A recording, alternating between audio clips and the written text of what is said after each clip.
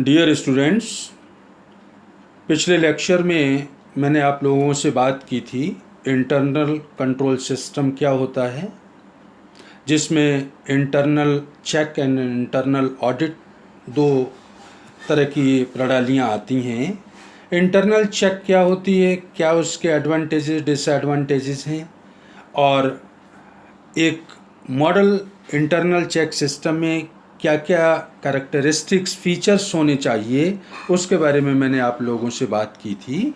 आज जो पॉइंट्स मैं आप लोगों से डिस्कस करूंगा, एक तो मुझे डिस्कस करना है internal check systems in different business transactions. जो विभिन्न व्यापारिक आप ट्रांजैक्शन करते हैं, उन स्थितियों में इंटरनल चेक सिस्टम को किस तरह से लागू किया जाए। कैश ट्रांजैक्शन, जो नगद लेन देन होते हैं, उनके बारे में भी इंटरनल आपका चेक सिस्टम कैसा होना चाहिए, किस तरह से आप लागू करके प्रभावी बना सकते हैं। और इंटरनल चेक के संबंध में ऑडिटर की क्या स्थिति होती है, उसके बारे में बात करनी है। तो पहला पॉइंट अपन स्टार्ट कर रहे हैं माल के परचेज के संबंध में। अगर आप माल खरीदते हैं तो उसके बारे में इंटरनल चेक सिस्टम में किस तरह से आप अपने कर्मचारियों में ड्यूटीज़ या उनकी रेस्पॉन्सिबिलिटीज़ का बंटवारा करेंगे। सामान्य रूप से आप जानते हैं कि स्टोर कीपर जो होता है वो आवश्यकता जैसे ही महसूस होती है, एक परचेज रिक्विजिशन फॉर्म छपा हुआ क्रय मांग पत्र जो होता है वो क्रय विभाग को भिजवा देता है, परचेज डिपार्टमेंट को, जिसमें कौन सा माल मंगाना है, कितनी क्वांटिटी में मंगाना है, उसका कोड नंबर क्या है, एस्टिमेटेड प्राइस क्या होंगे, वो भर के उसको भेज देता है और एक जो उसकी कॉपी होती है वो अपने स्टोर में रख लेता है। स्टोर कीपर के साथ ही कई बार जो विभिन्न हेड ऑफ डिपार्टमेंट्स होते हैं वो डायरेक्ट ही अपनी रिक्विजिशन परचेज डिपार्टमेंट को दे देते हैं। तो स्टोर कीपर या डिपार्टमेंट के हेड से जो माल खरीदने का मांग पत्र आया है, उसके आधार पर क्रय विभाग माल के संबंध में अनुमान लगाता है और माल मंगाने का फिर आदेश देता है। माल मंगाने के लिए जब आदेश देगा परचेज डिपार्टमेंट का कर्मचारी या अधिकारी, तो उसके लिए उसको सबसे पहले जो माल के डिफरेंट सप्लायर्स हैं उनसे बात करनी होगी, पूछताछ करेगी, कीमत के बारे में, टर्म्स कंडीशंस के बारे में जानकारी लेगा। और किसी उच्च अधिकारी द्वारा जब ये निश्चित कर दिया जाए कि माल अमुक सप्लायर से खरीदना है, तो वो ऑर्डर तैयार करके, परचेज ऑर्डर तैयार करके उसको भिजवा देगा। ऑर्डर भेज दिया आपने, इसके बाद माल आपके यहाँ सप्लाई करेगा सप्लायर। तो जब भी माल आएगा तो आपके जो गेट है वहाँ पे सामान्यतः एक पुस्तक रखी जाती है जिसको आप कहते हैं गुड्स इनवार्ड बुक। अगर ऐसी प्रथा है तो सबसे पहले माल का लेखा उसमें कर दिया जाएगा। फिर सारा माल विक्रेता ने जो पैकिंग नोट भेजा है उसके साथ सीधा स्टोर डिपार्टमेंट में हम भेज देंगे। वहाँ पर माल को तोलना, गिनना, नापना या उसकी क्वालिटी स्पेसिफिकेशन की जांच की जाएगी। और सामग्री भंडार का जो क्लर्क है वो माल प्राप्त करने के बाद एक प्राप्ति नोट तैयार करता है। माल की प्राप्ति का नोट तैयार करके एक तो क्रय विभाग को भेज देता है और एक प्रतिलिपि लेखा विभाग को भेज देता है और एक प्रतिलिपि सामग्री भंडार में जो आदेश पत्र था उसके साथ संलग्न कर देगा। मतलब 3 कॉपी बना लेगा। एक तो परचेज डिपार्टमेंट को भेज देगा, एक अकाउंट्स डिपार्टमेंट को, और एक जो उसने खुद ऑर्डर दिया था उस ऑर्डर के साथ माल जो रिसीव हुआ है उसका नोट लगा करके रख देगा। फिर इसके बाद जो माल प्राप्त हो गया तो भुगतान की बात आएगी। तो बीजक जो आया है पेमेंट के लिए, बिल आया है, उसको आदेश पत्र के साथ मांग पत्र की भी एक प्रतिलिपि संलग्न करके, और मीन्स जो आपने ऑर्डर दिया था और जो डिमांड था और माल प्राप्ति, 3 तरह के पेपर्स हो गए। एक तो ऑर्डर दिया, सबसे पहले रिक्विजिशन, फिर ऑर्डर, फिर प्राप्ति। इसके बाद फिर जो बिल आया है, ये चारों मिलाकर के एक दूसरे की जांच की जाएगी और स्पष्ट सूचना होनी चाहिए कि कोई भी बीजक तब तक पास न किया जाए जब तक कि स्टोर कीपर ने जो गुड्स रिसीव्ड का नोट तैयार किया है वो ना आ जाए। मीन्स उससे टैली कर लिया जाएगा। टैली करने के बाद लेखा विभाग में बीजक की जांच, आदेश पत्र की प्रतिलिपि और गुड्स रिसीव्ड नोट के साथ कर ली जाएगी और बीजक का भुगतान कर दिया जाएगा।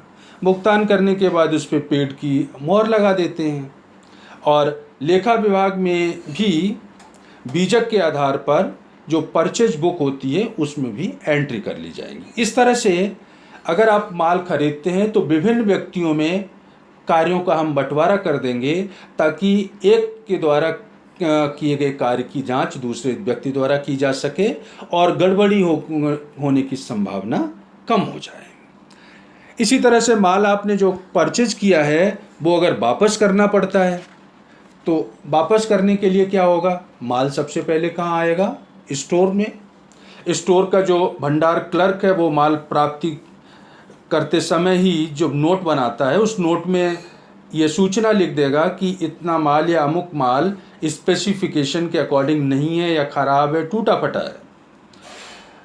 फिर क्रय विभाग को वो भेज देगा परचेज डिपार्टमेंट को। परचेज डिपार्टमेंट क्या करता है, भंडार द्वारा जो विवरण भेजा गया है बीजक पास करने के लिए, उस बीजक के साथ में एक एडवाइस नोट तैयार कर देता है और उसमें सलाह होती है कि क्रय वापसी के मूल्य के संबंध में बीजक पास करते समय ध्यान रखा जाए। मीन्स जो माल वापस करना है बिल पास करते समय उस अमाउंट को डिडक्ट कर लेना चाहिए। मीन्स डेबिट नोट तैयार कर लेना चाहिए।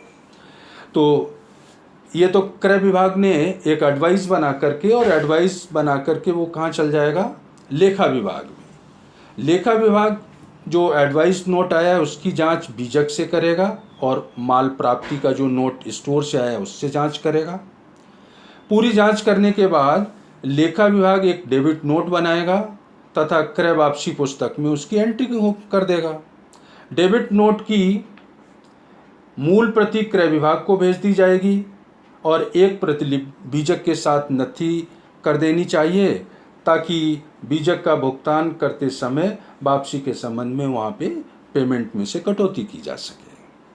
बीजक का भुगतान अगर सपोज पहले ही हो गया है तो फिर क्रय विभाग को इसकी तुरंत सूचना देनी चाहिए और क्रय विभाग द्वारा लेनदार से एक क्रेडिट नोट प्राप्त करना चाहिए जिसको लेखा विभाग को भिजवा देना चाहिए ताकि उसके आधार पर लेखा विभाग में एंट्रीज की जा सके।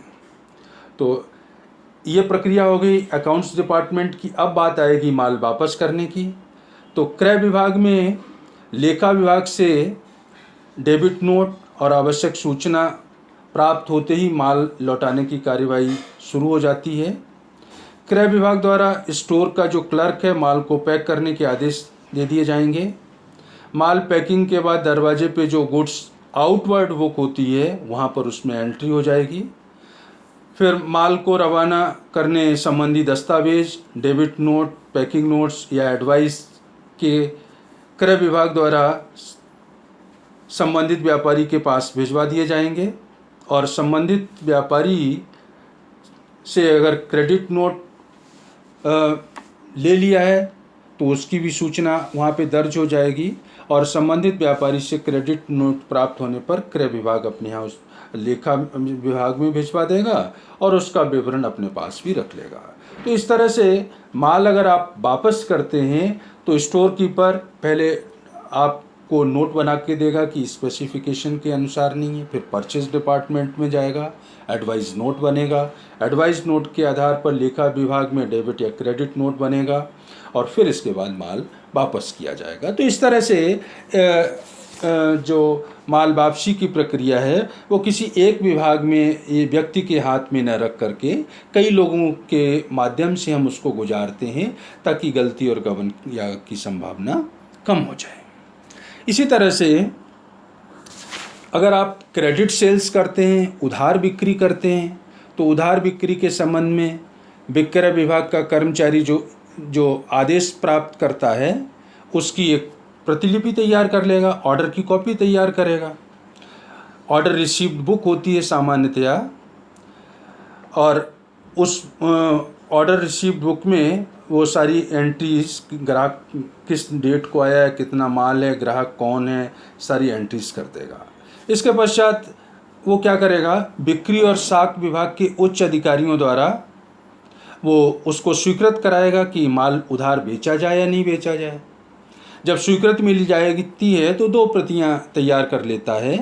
एक कॉपी तो भेज देता है जो माल भेजने वाला विभाग है, प्रेषण विभाग को, अगर माल तैयार है, और अगर तैयार नहीं है तो जो मैन्युफैक्चरिंग डिपार्टमेंट है उनके पास भेज देगा कि आप इतना माल तैयार कीजिए, ये ऑर्डर आया हुआ है। साथ ही आदेश के अनुसार फिर माल भेजा जाएगा। स्टोर में जो क्लर्क है, जो कॉपी आई है वहाँ से, उस कॉपी के आधार पे माल इकट्ठा करेगा और रिकॉर्ड में अपने यहाँ जो स्टॉक में है उसकी वैल्यू, माल को कम कर देगा। और स्टोर कीपर जो आदेश की प्रतिलिपि पर अपनी रिपोर्ट करके माल को जो प्रेषण विभाग में भेज देता है। प्रेषण विभाग फिर माल को उस ग्राहक तक पहुंचाने की व्यवस्था करता है, और दरवाजे पे जो एक बुक रखी जाती है, गुड्स आउटवर्ड बुक, माल बाहरी पुस्तक, बाहर जाने वाले माल का जिसमें इंद्राज किया जाता है, लेखा किया जाता है, वहाँ पे लेखा हो जाएगा। इसके बाद फिर वो बीजक तैयार हो जाएगा। वो कर्मचारी अलग होंगे। मुख्यतः सामान्यतया 3 प्रतिलिपियाँ तैयार की जाती हैं बीजक की। मूल प्रति तो वो जो ग्राहक है उसको दे दी जाती है, एक कॉपी भेज देते हैं अकाउंट्स डिपार्टमेंट में, और एक कॉपी जो होती है वो सेल्स डिपार्टमेंट में रख ली जाती है। इसके बाद बीजक भेज दिया, फिर अकाउंट्स डिपार्टमेंट का काम शुरू होगा। बीजक के आधार की जो प्रतिलिपि है उसके आधार पे विक्रय वही में वो लेखा कर देंगे, मीन्स सेल्स लेजर में। लेखा करने का भी काम जो है ना, वो विक्रय कर्मचारियों को नहीं सौंपना चाहिए, और न ही उस कैशियर को सौंपना चाहिए जो रुपया प्राप्त होने पर भुगतान संबंधी लेखे करता है। उनके लिए अलग अलग कर्मचारियों में कार्य का बंटवारा कर देना चाहिए। तो इस तरह से अगर उधार बिक्री करते हैं तो सेल्स डिपार्टमेंट में ऑर्डर आएगा, फिर कंसाइनमेंट डिपार्टमेंट को भेजा जाएगा, वहाँ नोट तैयार होगा। फिर इसके बाद आपके जो माल भेजने की प्रक्रिया होगी, बीजक तैयार होगा, बीजक के बाद भुगतान प्राप्त होगा, और भुगतान प्राप्त करने के बाद उसकी फिर हम एंट्री कर देंगे बुक्स में। तो उधार विक्रय से संबंधित तो ये प्रक्रिया अपनानी चाहिए। नकद लेन देन, कैश ट्रांजैक्शंस अगर आप करते हैं तो वहाँ पर इंटरनल चेक सिस्टम को किस तरह से अपनाना चाहिए। नकद लेन देनों के संबंध में आंतरिक जो निरीक्षण प्रणाली है उसको समझने से पहले कुछ आधारभूत नियम हैं, उनका आपको ध्यान रखना चाहिए। जैसे जिन कर्मचारियों के पास रोकड़ बही है उन्हें व्यापार से संबंधित लेन देनों का लेखा करने से अलग रखना चाहिए, मीन्स कैश बुक किसी के पास है, एंट्री कोई और करेगा। नकद प्राप्ति और व्यय पर उचित कंट्रोल होना चाहिए। काम को इस तरह से आपको विभाजित करना चाहिए कि प्रत्येक व्यक्ति अपने काम के लिए उत्तरदायी ठहराया जा सके, और समय समय पर बैंक रिकॉन्सिलिएशन स्टेटमेंट बनाकर बैंक बैलेंस और आपके रोकड़ पुस्तक के बैलेंस का मिलान किया जा सके। कैश ट्रांजैक्शंस जो होते हैं वो मुख्यतः 2 तरह के होते हैं, cash receipt and cash payment. नकद प्राप्ति में आप देख रहे हैं डाक द्वारा नकद प्राप्ति। डाक के द्वारा अगर आपको रोकड़, चेक, हुंडी, ड्राफ्ट प्राप्त हुआ है तो प्राप्त करने तथा डाक को खोलने का अधिकार किसी जिम्मेदार व्यक्ति को होना चाहिए। डाक कौन प्राप्त करेगा? कभी भी ये काम कैशियर के पास नहीं होता है। जिम्मेदार व्यक्ति डाक खोलेगा, डाक खोलने के बाद उनको एक डायरी में चढ़ा करके फिर कैशियर के पास भिजवा देंगे, और कैशियर को आदेश होना चाहिए कि एक दिन में जितनी भी रोकड़ की प्राप्ति हो उसे उसी दिन रोकड़ बही में दर्ज कर बैंक में जमा करा दें। बैंक में जमा कराते समय आप जानते हैं पे इन स्लिप होती है, जिसमें फॉइल एंड काउंटर फॉइल होता है। वो रोकड़िया जो कैशियर है वो भरेगा, और जो रोकड़िया स्लिप भरता है पे इन, दूसरा भाग जो उसका काउंटर फॉइल होता है वो संस्था के पास रहता है, फॉइल बैंक में चला जाता है। तो बैंक में जो आपने रोकड़ और साख पत्र ले जाने का जो काम है वो भी किसी और व्यक्ति को देना चाहिए आपको, और समय समय पर बैंक और अपनी कैश बुक का मिलान कर लेना चाहिए।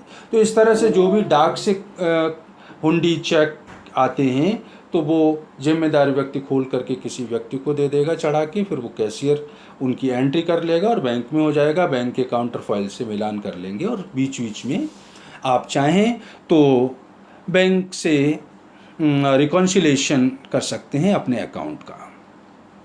खिड़की पर नकद प्राप्ति, सामान्यतया तो आजकल खिड़की पे प्राप्ति नकद का चलन नहीं है, फिर भी स्थानीय ग्राहक और अन्य व्यक्ति संस्था की खिड़की पर रकम जमा करते हैं। तो ऐसी स्थिति में जो व्यक्ति रोकड़ प्राप्त करता है और जो इसका लेखा करता है, दो अलग अलग व्यक्ति होने चाहिए। मतलब प्राप्ति कोई और करेगा, लेखा कोई और करेगा। रोकड़ प्राप्त करने वाला क्या करेगा, रसीद बनाएगा और हायर अथॉरिटीज़ के साइन करा के उसका जो फॉइल है वो तो जमा करने वाले को दे देगा, काउंटर फॉइल अपने पास रख लेगा। व्यापारिक काल के बाद जो उक्त कर्मचारी है जो रसीदें काट रहा था, वो काउंटर फॉइल जो भी होंगे वो किसी दूसरे व्यक्ति को दे देगा, वो उसके आधार पर रोकड़ बही में एंट्री कर देंगे, और रोकड़ बही में प्रत्येक प्रविष्टि के सामने रसीद की संख्या भी लिख दी जानी चाहिए। इसी तरह से नकद प्राप्ति का एक और तरीका है नकद बिक्री। नकद बिक्री तीन तरह से होती है। दुकान पर नकद बिक्री कर सकते हैं, यात्री एजेंटों के द्वारा बिक्री, या डाक के द्वारा नकद बिक्री। दुकान पर नकद बिक्री अगर हो रही है तो सबसे पहले तो माल को पसंद करता है ग्राहक माल पसंद कर लेगा, फिर माल के संबंध में बिल बनाने का काम होगा। माल दिखाने वाला कोई और है, फिर बिल कोई और बनाएगा, बिल की जांच करने वाला कोई और व्यक्ति होगा। फिर नेक्स्ट काउंटर पर रोकड़िए द्वारा नकद भुगतान प्राप्त किया जाएगा। प्राप्त करने के बाद फिर एक व्यक्ति माल हैंडओवर करेगा उस कस्टमर को, और कार्यकाल की समाप्ति पर जो भी रोकड़िए ने कैश प्राप्त किया है उसकी प्रविष्टि सेल्स बुक में की जाएगी किसी अन्य व्यक्ति के द्वारा। तो इस तरह से कैश सेल्स ऑन काउंटर पर इन विभिन्न भागों में हम अपने कार्यों का बंटवारा कर सकते हैं ताकि आंतरिक निरीक्षण प्रणाली उचित ढंग से कार्य कर सके। यात्री एजेंटों द्वारा बिक्री, कभी कभी कुछ संस्थाएं ऐसे एजेंट नियुक्त करती हैं जिनका काम स्थान स्थान पर जाकर माल का विक्रय करना या पुराने बकाया ऋण को वसूल करना होता है। ये एजेंट पुराने ग्राहकों से रुपया वसूल करते हैं और नए ग्राहकों को माल के नमूने दिखाकर उनसे ऑर्डर प्राप्त करते हैं और एडवांस प्राप्त करते हैं। तो एजेंट्स ने अगर कोई पैसा प्राप्त किया है तो उस पैसे का प्राप्त किया है हिसाब रखना, एजेंटों के द्वारा प्राप्त रकम को प्रधान कार्यालय को स्टेटमेंट बना करके भेजा जाएगा। प्रधान कार्यालय समय समय पर उनकी जांच कर सकता है। इसी तरह से डाक के द्वारा बिक्री, जो माल डाक अथवा वैल्यू पेएबल पोस्ट बीपीपी से भेजा जाता है उसका एक अलग रजिस्टर रखना चाहिए। उस रजिस्टर में ग्राहक का नाम, पता, आदेश संख्या, माल की किस्म, मूल्य, किस तारीख को भेजा है, इस तरह की सूचनाएं सारी होती हैं। बीपीपी वैल्यू पेएबल पोस्ट मतलब माल की डिलीवरी लेने के बाद जब आप पेमेंट करते हैं, जिनको छुड़ा लिया है आपने, उनमें उसके लिए एक अलग रजिस्टर रख सकते हैं जिसमें पूरा विवरण उसका होता है, और फिर लेखा की रोकड़ बही में इसका करना चाहिए। और इस तरह से जो आपने डाक के माध्यम से नकद बिक्री की है, उसकी जांच को भी हम कई भागों में बांट सकते हैं। नकद भुगतान की बात करूं तो माल क्रय करने पर सबसे ज़्यादा भुगतान करना पड़ता है। तो जब आप माल खरीदते हैं तो लेन देन को भुगतान के लिए सबसे पहले आप ऑर्डर देंगे, माल आएगा, फिर इसके बाद बिल आएगा, तो भुगतान के लिए बिल को पास करना, फिर इसके बाद चेक तैयार होगा, फिर चेक की किसी उच्च अधिकारी द्वारा जांच की जाएगी और सिग्नेचर किए जाएंगे, और फिर इसके बाद उसका भुगतान करने वाला व्यक्ति अलग होगा और लेखा पुस्तक में उसका लेखा करने वाला व्यक्ति अलग होगा। फुटकर खर्चे होते हैं बहुत सारे व्यापार में, तो उन खर्चों को वेरीफाई करने के लिए वैसे तो इम्प्रेस सिस्टम होता है, कुछ रकम दे दी जाती है फुटकर खर्चों के लिए, लेकिन फिर भी जो खर्चे होते हैं उनके संबंध में प्रॉपर डॉक्यूमेंटेशन होना चाहिए। खर्चे करने से पहले उनको अधिकृत करा लेना चाहिए। मज़दूरों का अगर भुगतान करते हैं तो मज़दूरों की सेवाओं को क्रय करने का काम किन व्यक्तियों को करना है, कौन से लोग मज़दूरों को लाएंगे, प्रत्येक मज़दूर का समय और कार्य के आधार पर लेखा करेंगे, फिर उनकी मजदूरी की टेबल बना लेंगे और उसकी जांच किसी उच्च अधिकारी द्वारा कर ली जाएगी और लास्ट में मज़दूरों की मजदूरी का भुगतान कर देंगे। इस तरह से नकद ट्रांजैक्शन जो होते हैं तो वो दो तरह से थे, कैश रिसिप्ट एंड पेमेंट। बहुत सारे और भी आइटम्स हो सकते हैं। कुल मिलाकर के ये जो भी अपन डिस्कस कर रहे हैं उसका कंक्लूजन ये है कि कार्य को विभिन्न खंडों में आप विभाजित कर दीजिए और एक व्यक्ति के पास काम केंद्रित न रहे, ताकि गलती और गबन की संभावना समाप्त की जा सके। अब बात करता हूँ आंतरिक निरीक्षण प्रणाली जो आप अपनाते हैं उसके संबंध में अंकेक्षक की क्या स्थिति होती है। आप जानते हैं कि वैधानिक अंकेक्षक की सीमा आंतरिक अंकेक्षण कितना प्रभावशाली है इस पर निर्भर करती है। अगर आंतरिक निरीक्षण की प्रणाली नहीं अपनाई गई और कमज़ोर है तो अंकेक्षक को स्वाभाविक रूप से विस्तृत जांच करनी होगी, और अगर वो संतोषजनक है तो आंतरिक निरीक्षण की प्रणाली अगर संतोषजनक है तो वो अपना काम टेस्ट चेकिंग के माध्यम से भी कर सकता है, उसको विस्तृत जांच की आवश्यकता नहीं होती है। अंकेक्षक के सामने ये भी प्रश्न उठता है कि जो प्रभावशीलता है आंतरिक निरीक्षण की वो कितनी है, कितनी प्रभावी है। इसके लिए क्या करेगा वो?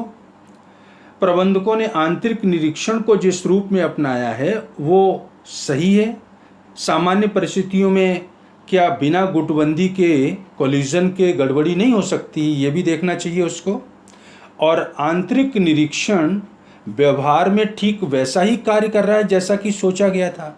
तो इस तरह से आंतरिक निरीक्षण प्रणाली पर उसकी निर्भरता कितनी हो, इसके लिए अंकेक्षक को इन चीज़ों के बारे में पहले अध्ययन कर लेना चाहिए।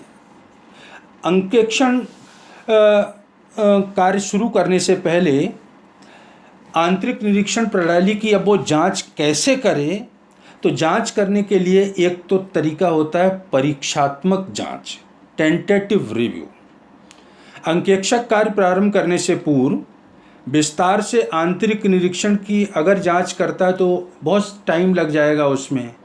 इसलिए क्या होता है कि आंतरिक निरीक्षण की जांच का कार्य हिसाब किताब की वो अपनी जांच करता है उसके साथ ही चलता रहता है।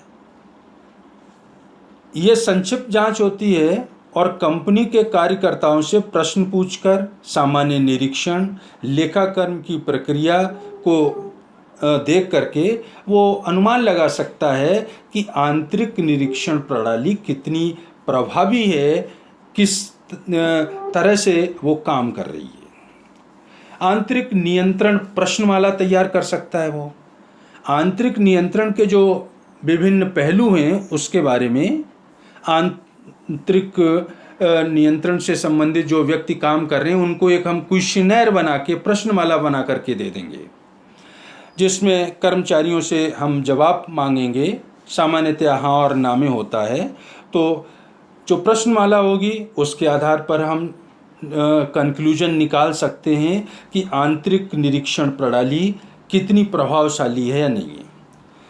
कभी कभी अंकेक्षक अपना कार्य के दौरान प्रबंधकों और कर्मचारियों से कई विषय में पूछताछ भी कर लेता है।